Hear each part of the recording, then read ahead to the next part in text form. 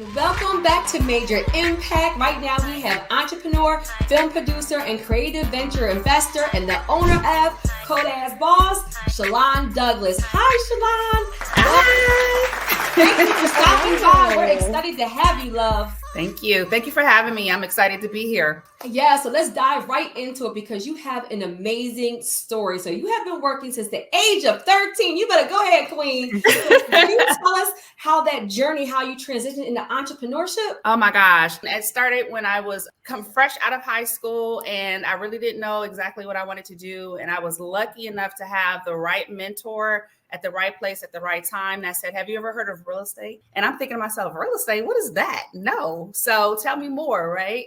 And I was fortunate for them to let me know that it was a good thing to go into real estate. I wind up purchasing my first piece of real estate at 19 years old, which is unbelievable for a lot of people, right? Even in today's age. Yeah. But that's how really, truly the beginning it was for me to go into entrepreneurship. It was at 19. I had the opportunity to learn what it was like to get into real estate. But not only that, do an investment and quickly make $25,000, which was a lot of money for me at the age of 19. So that is how my journey started. And then from there, I went into wanting to invest, do another investment, make more money. And then that led into me starting my own mortgage company, lending company, by the time I turned age 23. And I was doing loans in all 50 states. So that was the beginning. That's amazing. That is. So you are out there helping people become homeowners. Oh my gosh, what a mission. Love it. To really be honest, because by the time I turned 23, I still was on my entrepreneurship journey. I had owned multiple pieces of property at that time. So from 19 to 23, I wind up owning apartment buildings, having our own single family residence, but I still was working at the same time because of the benefits. And I was afraid to let that go. So I want to say that too. And finally, now by this time I switched mentors right along the journey. And I think by this time it was the third mentor. So by this time she's telling me, you don't need to be working. You need to be doing this full time. And I'm like, girl, what are you talking about? I need benefits. By the time I got kids, I got a family. And so anyhow, she said, no, you are so good at this that you need to do this full time. So I want to stress that I had to get over the fear. That's good. I trusted her. I listened to more of what she told me at the time. And one of the things she told me is write a check to yourself of how much you want to make. Because even though I was owning property and I was still working for someone else, I still was kind of going through that struggle with the balance of profit and still working and then the benefits and so on and so forth. So I just remember I wrote myself a check for $100,000, right? That I wanted to see as profit, just, without having to spend any bills. Needless to say that I went from making $100,000 to $500,000 in 6 months. Yes. Bars. I love it. Okay, so hold on a minute, because that is huge. And before you explain the aftermath, I think this is a great time to ask you, how did that turn into a passion for financial literacy? Because most people who jump from 100,000 in their mind to 500,000 in reality. So how did you do that? And then, how did that turn into teaching others? So I will admit that, because I started working at 13 and I was around parents who taught me as far as the independence and being responsible. I was raised as a single child. I didn't have any siblings around me. So to answer your question, when I came into that kind of money, I did go party a little bit in the beginning, but I put it into my business. Because I want to go back and say that I quit that job because I was able to pay for my own benefits. And so I went all in to investing into myself. And that's when I started as a 2-man office and I started as a 2-man office, but quickly within a year, I went from a 2-man, 1 office to a 5-office firm in a year. Wow. So I put the money back into myself because it was making more money. And then I was able to hire more people and make more money. I kind of learned along the way, if I could say that I'm really being transparent, I liked making money, but more importantly, I loved helping people. Mm-hmm. And that was one of the things that was admonished to me from my mentor was, don't look at the money first. Look at providing customer service and the reward would come to you in the end. And by me learning how that money was just making more money. And so I quickly was like, oh, I need to keep doing what works. My biggest teacher was when the industry imploded in 2008. So everything that I had my investments in, I only had my investments into one financial vehicle. And guess what that was? Real estate. So when the real estate industry took a dive in 2008, guess what else took a dive? Right. All of my investments. I lost pretty much everything. Right. So that was my biggest teacher to financial literacy, where I was just like, oh my God, what am I going to do next? I can't believe like everything I had all my money in is just like going. And not to mention that I was going through a divorce at the same time. So my worlds were crashing down on me like big time. And for 2 years, and this is sticking to the question about the financial literacy part, because for 2 years, I went into a melancholy state. I didn't know what the hell I was about to do next. I was scared. I didn't know how to move, whether to move forward, backwards, side to side. I was just stuck like that for 2 years, right? Having to close my doors, going into a deep depression, going through a divorce. It was just horrible dark days until the epiphany took place. And that was, I wind up looking at my kids one day and realizing they had all this knowledge and just everything I knew about money, investments, starting a company, building it from scratch, just all this education that was locked up here. I looked at my children and said, they have no idea how any of this works. If anything was to happen to me, they wouldn't have any clue. And I went into developing a financial literacy, I like to call a financial entrepreneur literacy program, because I realized that learning about checks and minuses and how to balance a checkbook was not good enough. That was not going to work. Owning something and making money and learning how money works through ownership is true financial literacy. That's what makes our world goes round with the economy. Listen, we love talking about money and investing on this show. So I want to pick your brain. What do you find is the most common thing people do not understand about money?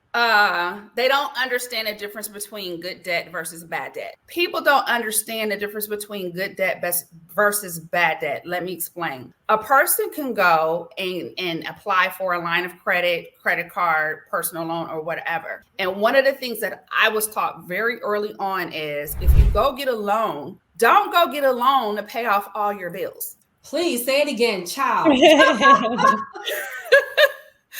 Do not go get a loan to pay off all your bills. Yeah. Why? Because paying off all your bills is not going to bring a return on any investment back to your bank account. In fact, you're going to get into more debt because that loan that you took out to pay off all your debt, guess what? You're most likely going to run up that debt again, and now you got a loan to pay for it too. Yeah. So you did not leverage that line of credit or that personal loan correctly into good debt. Good debt is when you get access to OPM, other people's money. Yes, getting a line of credit, personal loan, credit card, or whatever, that's not your money. So that's still OPM, right?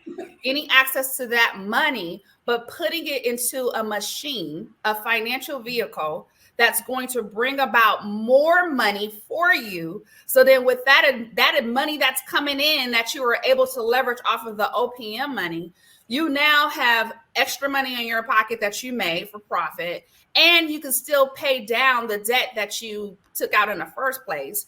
And that is what we consider good debt, because that money that you borrowed actually made you more money, and then you repay back that loan that you did. And hopefully it's a line of credit so that you can keep reusing it over and over again and repeat those methods. So yeah, people don't understand how to position to leverage. So Not true. at all. Yes, I would completely agree with that. I think people are just, they think of debt as something scary, right? Bad Yeah. debt, not realizing that most billionaires and millionaires are leveraging debt, good Mhm. debt, to make themselves more wealthy. Right. It is just the way the game is played. Right. And what would you say to those who, are afraid to invest? We always see a lot of fear in new and upcoming entrepreneurs. What would you say to those people who are being led by fear? Change that mindset. Yeah. That Mm-hmm. mindset. Because I can talk to you till you turn blue or till I turn blue in the face. But if I can't control your mind. And Right. that's the biggest thing. You can either face everything and rise, or you can face everything and run. So it's how you choose. And those, you break that down as fear either way. So you can either use fear as your fuel, or you can use it to run away and not do what is probably the best thing, the best decision you could have ever made if you just Mm-hmm. change that mindset. So that's the first thing that has to take place. And I say that because some folks that I come across, even within my family, woo child, I just be like, really, you coming to me and you asking me for my advice. I tell you what to do. No, I don't want to do that, because they're afraid Right. of the outcome. And so fear can either run you or it can either assist you. So that's really, honestly, you got to change that mindset. And when you Mm-hmm. change that mindset, you need to be around someone that knows what the hell they're doing. That's You dope. are brilliant. Look, we love it how you did that transition. So, listen, we are running out of time, but before you go, let's talk business development, because many of our viewers are entrepreneurs and are just starting their own business. So, we want to get a little bit of insight right here from you. So, what does the process of business development look like, and how do you help with that? Well, number one, I want to say that I developed an entire platform for creative entrepreneurs that teaches them the game from startup to scale up. They don't have to guess about it. They don't have to try to figure things out. And it is turning out to be so nice in regards to learning. Number one, I teach folks, don't focus on trying to go start a business plan, because a plan is nothing but words on a piece of paper, and you don't know if it's going to work out. Focus more so on your business modeling. And a lot of people are not familiar with business modeling and what that consists of. So that's the first jewel that I want to drop right now. But when it comes to business development, business modeling tells you right away if your idea is going to work or not. And so that's something that I learned by being in the tech industry before I got into entertainment, that transition. So that's number one. And then number two, there's only 12 elements that you need to drive a successful startup. But there's more to it. There's pillars to this. It's rules to it, which is my tagline. You'll see everywhere I am. And I developed a whole entire edutainment platform that gives the rules. And I've also developed tools for creatives that come into the space that I've created for them. So the tools are for branding, to teach, to, give them that, not only teach them, but position their branding, which is also important if you want to stand out amongst the marketplace. So That is amazing. We need more of that, because we're all women entrepreneurs here as well, and we have students as well, and I totally agree. People need that guidance. So tell us, how can our viewers connect with you and invest with you and check out all that you have to offer? most definitely, you can find me anywhere across social media with my name, Shelon Douglas, or Shelon Douglas, quote, CodeAzzBoss Douglas. Either way, you're going to find me under Shelon Douglas across Instagram, Facebook, Twitter, my website, shelondouglas.com. And then all of those platforms or mediums lead you to my education platform that I was telling you about, which is called Encompass, theencompass.com. So, and that's income, like income, piss for passive income streams of. Love that. You better go ahead. Thank you so much for all of your valuable insight today, Shelon. We really appreciate it. And guess what? Thank you to all of you out there, to all of you viewers. Remember to go out and empower another woman. It could be a friend, family member, neighbor, coworker. Just understand that your encouragement, your impact can change the trajectory of someone else's life. And so guess what? That's all we have for today. So we will see you next week, same time, same place. See you later. Bye. You're watching the Connect Network TV. on the CW.